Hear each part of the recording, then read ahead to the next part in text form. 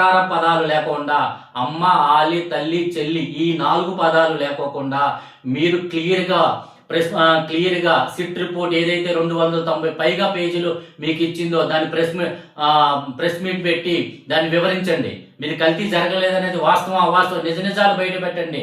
మీ దానిలోనే పేరు నాని గారు ఉన్నారు, పెద్ద బొత్స సత్యనారాయణ గారు ఉన్నారు, పెద్ద నాయకులు ఉన్నారు. వీళ్ళందరితో ఒక రిపోర్ట్ వేయించండి, ఒక ఎంక్వైరీ కమిటీ పెట్టించండి, నిజమా కాదా తెలుసుకోండి. అంతేగాని ఈ రోజు డైవర్షన్ ఇవాళ దేవుడి మీద హిందువుల యొక్క మనోభావాల మీద, హిందువు యొక్క సిద్ధాంతాల మీద ఈ రోజు మీరు దెబ్బతీసే విధంగా మీరు రాజకీయం చేస్తున్నారు సార్. ఇది కరెక్ట్ కాదు.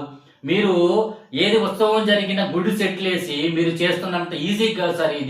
ఇది యొక్క తిరుపతి లడ్డు అంటే, తిరుపతి వెంకన్న స్వామి అంటే మాకు అదో మనోధైర్యం సార్, అదొక నమ్మకం.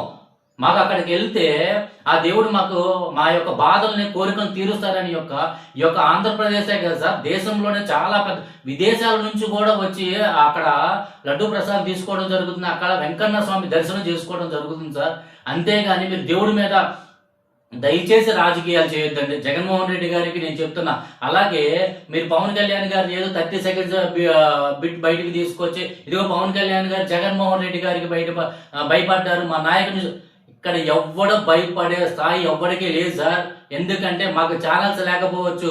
పవన్ కళ్యాణ్ గారికి ప్రతి ఒక్క జన సైనికుడు ఒక్కొక్క యూట్యూబ్ ఒక్కొక్క ఛానల్ గా ఉంటాడు, ఒక ఇన్ఫార్మర్ గా ఉంటాడు. అది మీకు తెలుసో లేదో.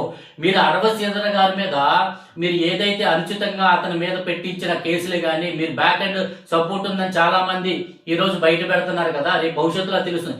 దీనికి ముందుగానే పసిగట్టి పవన్ కళ్యాణ్ గారు ముందే హెచ్చరించారు. ఇదిగో జనసేన నాయకుల మీద ఇలాంటి వ్యాఖ్యలని వస్తాయి, ఇలాంటి రూమర్స్ అని వస్తాయి, జాగ్రత్తగా ఉండండి అని చెప్పి పవన్ కళ్యాణ్ గారు చెప్పారు. మీ రాజకీయంలో మీ 5 సంవత్సరాలు మీరు చేయలేని పనులు పవన్ కళ్యాణ్ గారు వచ్చిన కూటమి ప్రభుత్వం వచ్చిన 2 సంవత్సరాలకి చేసి చూపించారు.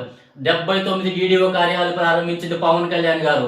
అలాగే గోకులం సెట్లు కానీ, R&B రోడ్లు కానీ, ఏదైతే మనకి అడవి ప్రాంతంలో కాలిబాట వెళ్ళడానికి కూడా దారి లేని ప్రాంతాల్లో రోడ్లు వేసి వారికి మంచినీటి సదుపాయాలు కానీ కరెంటు వచ్చే విధంగా చేసింది పవన్ కళ్యాణ్ గారు. అలాంటి వ్యక్తి గురించా తన సొంత జేబులో నుంచి డబ్బులు తీసి ప్రజల కోసమే, ప్రజల కొరకే బతికే వ్యక్తి పవన్ కళ్యాణ్ గారు సార్.